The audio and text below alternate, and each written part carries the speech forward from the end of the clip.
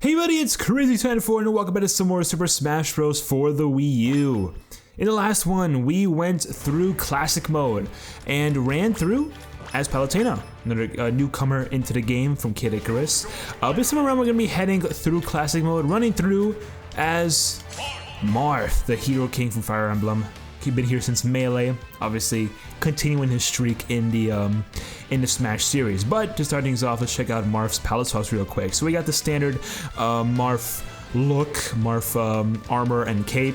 We've got a red and black variant of that. We've got a green variant, a full-on black variant, a white variant, a sort of like a darker blue variant, a gold variant, my personal favorites, and also another darker blue. This one's kind of like a more... This one's like a blue, this one's more like a violet kind of color, I guess. Yeah, this is a little bit more muted, if anything. So yeah, default muted Marth. Let's do it. So let's see how Marth performs here in Smash Wii U Classic Mode. So of course, Marth, as I mentioned, been here in the series since Melee. And honestly, has kind of always stayed as like an amazing character. He's always been like really good, right? In Melee, in Brawl, and Smash 4, he's always just been a solid freaking character in each Smash game that he was in. So when it comes to his core traits as a character, he is of course a sword-based fighter, using disjointed hitboxes and a unique tipper mechanic, which does deal more damage and knockback at the tip of his sword. That's something that he has and no one else has, where of course the tip of his sword will do the most damage and knockback compared to the rest of his sword. So you really want to try and prioritize utilizing the tipper to the best of your ability, because it will be very, very handy. Damn! That's crazy. What did I just witness? Luigi just got annihilated by Deoxys. Very fitting, but yeah, that was crazy. Man's got spiked and then hit with the laser and then stage spiked and then hitting the laser again and then blasted off. That was a wild chain of events. I kind of feel bad. Anyways, continuing by Marth. He does have excellent mobility. He does have the fastest walk speed in the game, tied with Lucina, the fastest dash speed, average air speed, and above average air acceleration. He's got low gravity and moderate fall speed, and a slightly below average weight. So pretty good traits overall with how he plays. When it comes to his playstyle though, in his neutral game, he is a very spacing heavy character. Obviously with the tip mechanic, you really have to rely on him being on playing to his ability to space. That's really what you are gonna have to prioritize on. Hi Giratina, how are you doing today, buddy? I don't know why you have to be here right now. This kind of scares me. He thrives at being a mid-range character where tipper hits are more consistent and safer. The first hit of his jab is a cornerstone. It's fast, it's disjointed, has an anti-air arc, low cooldown, and also being a great combo starter. His neutral scales with percent, can KO directly from well-placed spaced attacks.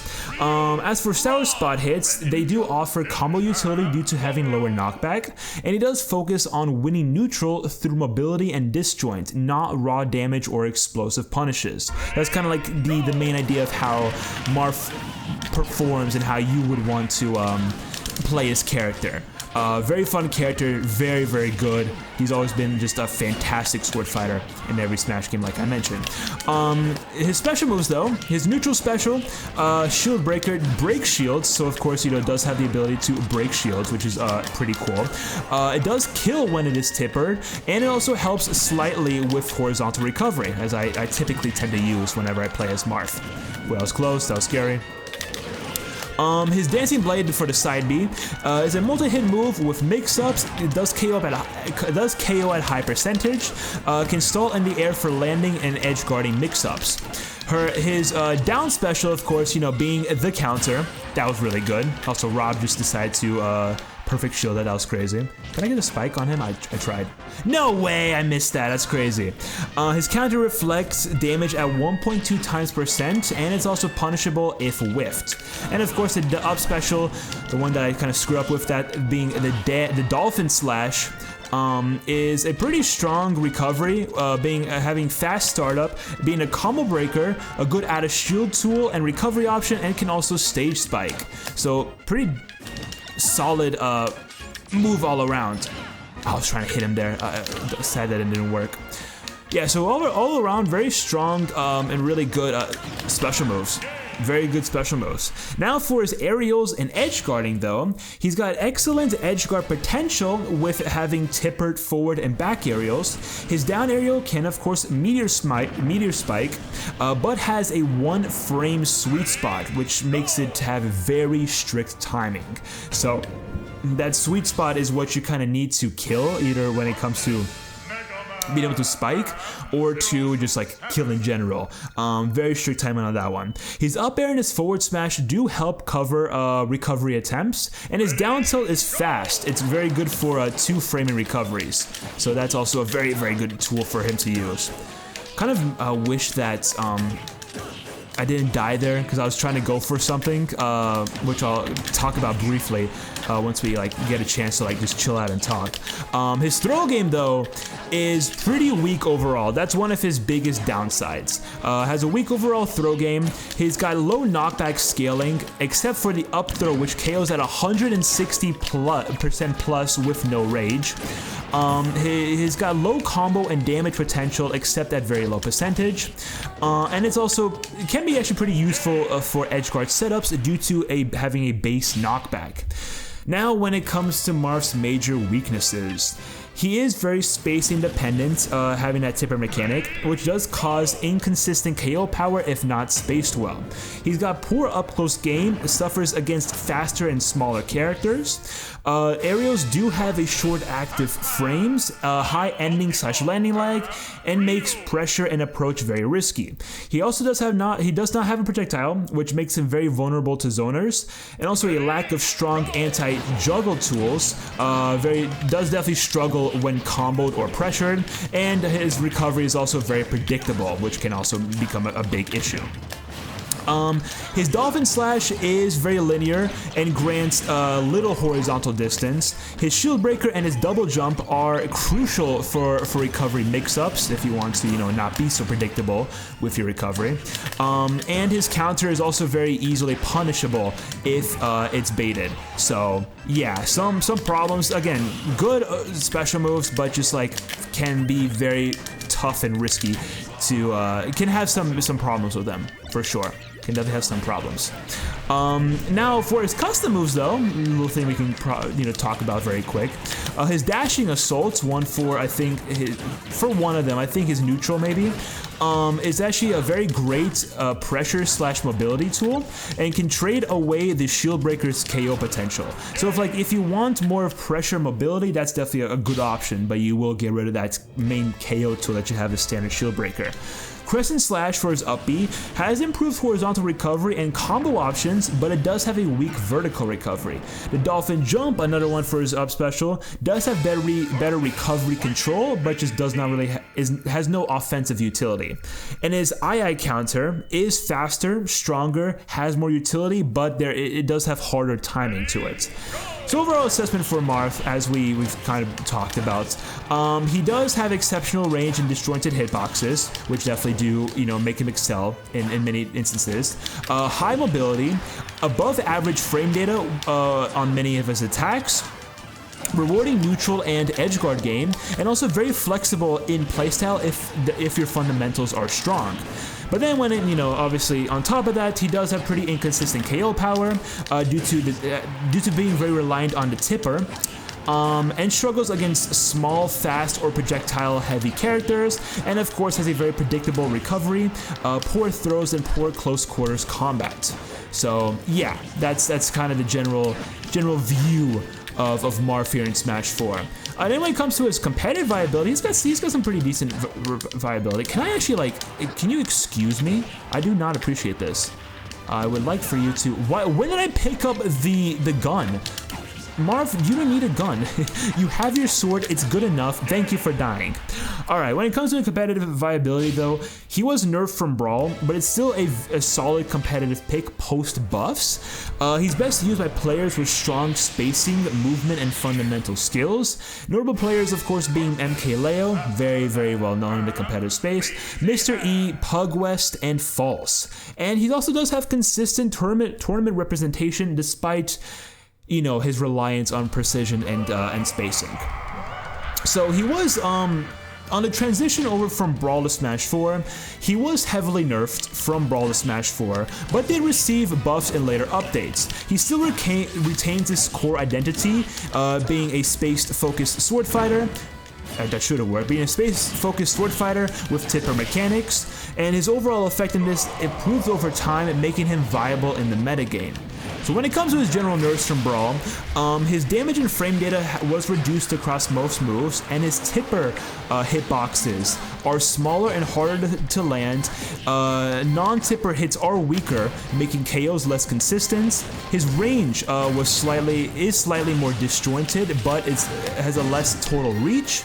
And also some competition caught up. Characters like Cloud, Corn, and Bayonetta outclass his range by quite a bit, which is very surprising because Marth has always been known for having being a really good ranged sword fighter and just like melee fighter. It's very interesting to think about that. For aerial game nerfs, his forward aerial has more startup, ending, and lag and land lag. He's got no longer has the double forward air from a short hop, and also his down aerial has a new animation with worse reach and startup. It can only spike directly below Marth, so it doesn't have as much versatility and usability as it did back in Brawl. Oh, I thought I was gonna get gimped there for a second. I got scared. Gotta use a counter. It's a useful tool. There we go, killed with that. His up and neutral airs have more landing lag, less effective for combos, and his back air has been buffed, so that's one thing that's been buffed. Has reduced land lag and also just better knockback. For his grab and throw game changes, his throws have higher base knockback than before, which is definitely helpful. It's worse for combos, better for stage control. So that's one thing you gotta really think about.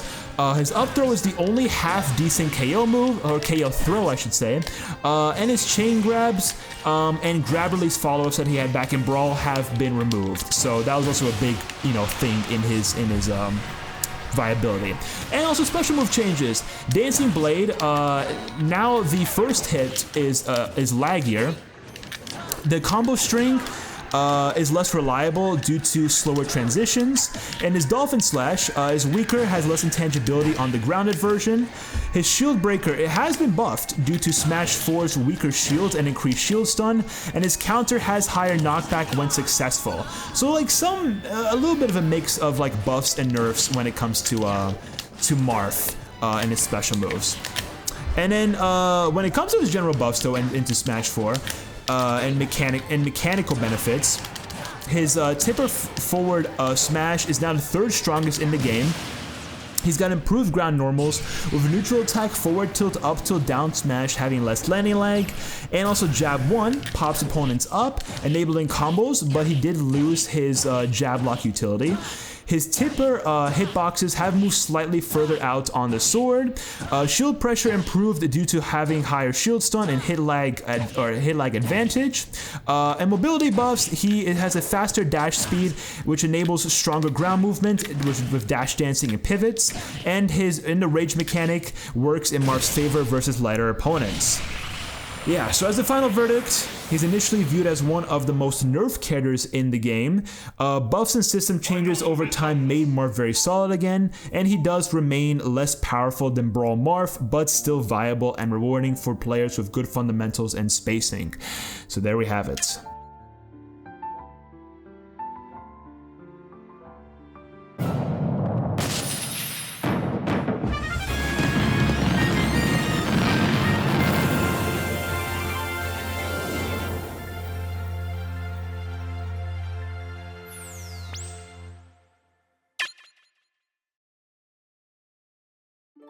Alright, let's get these credits going.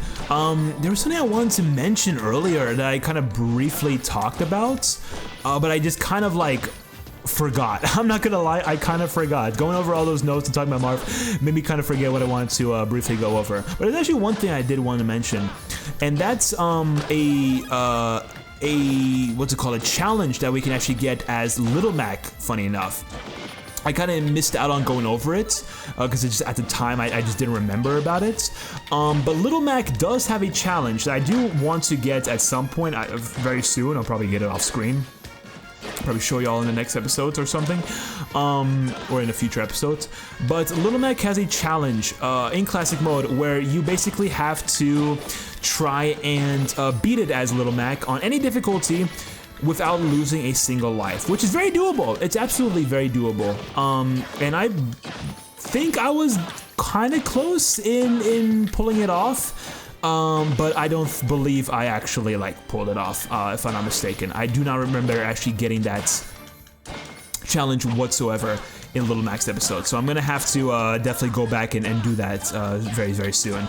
And just be like, hey, here's the challenge. So yeah, I don't know if you really get anything useful, but you do get something, obviously, and I wanna make sure I get whatever that challenge is. I'm trying to get all the challenges I can possibly get within the Let's Play. So that's gonna be my challenge for myself.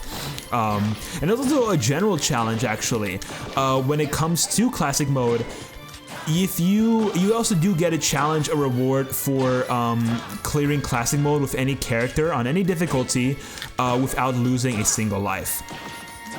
So it's not that difficult of a challenge, especially on like 7.0 or whatever, on like what I've been going for. No way, man. Oh, this sucks. But what even is that? 99.87. Why did nothing want to come there? I tried getting the hits off, but it just didn't want to freaking work.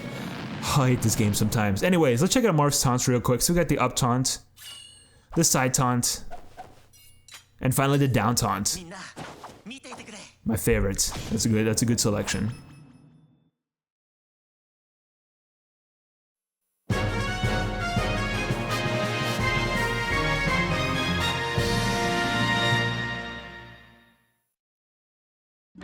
Hey, steampunk getup. Interesting one to get from Marth's episode, but sure, I'm not complaining. Not complaining about more Meat Fighter outfits. Let's go into training real quick. Check out Marth's moveset, his final smash. You know the drill. He's got some pretty good ones. I mean, we kind of already mentioned different ones. Just showed off most of them, but not all. So yeah, anyways, so to start things off, of course, we've got his final smash, which this one is the critical hit. So as you can tell, that's a very consistent 60 damage and also KOs. It is a one-shot final smash that Marth has, also Lucina has, believe it or not. So yeah, it's strong. It is really strong and also has a lot of range. As you can see, we're gonna show off real quick. Boom, boom.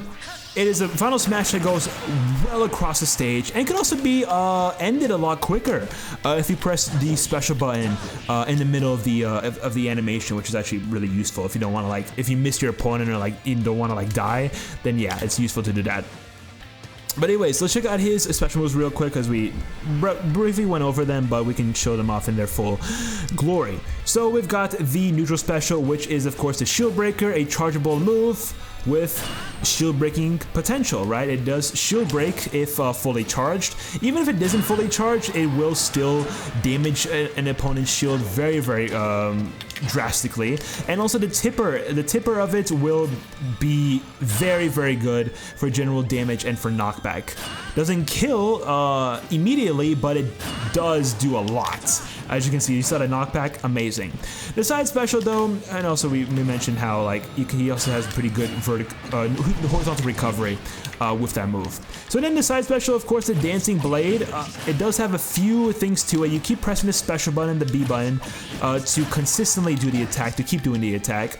And he also has multiple versions of it. He's got the side variant, he's got the up variant, right over here. Boom, boom, boom, boom.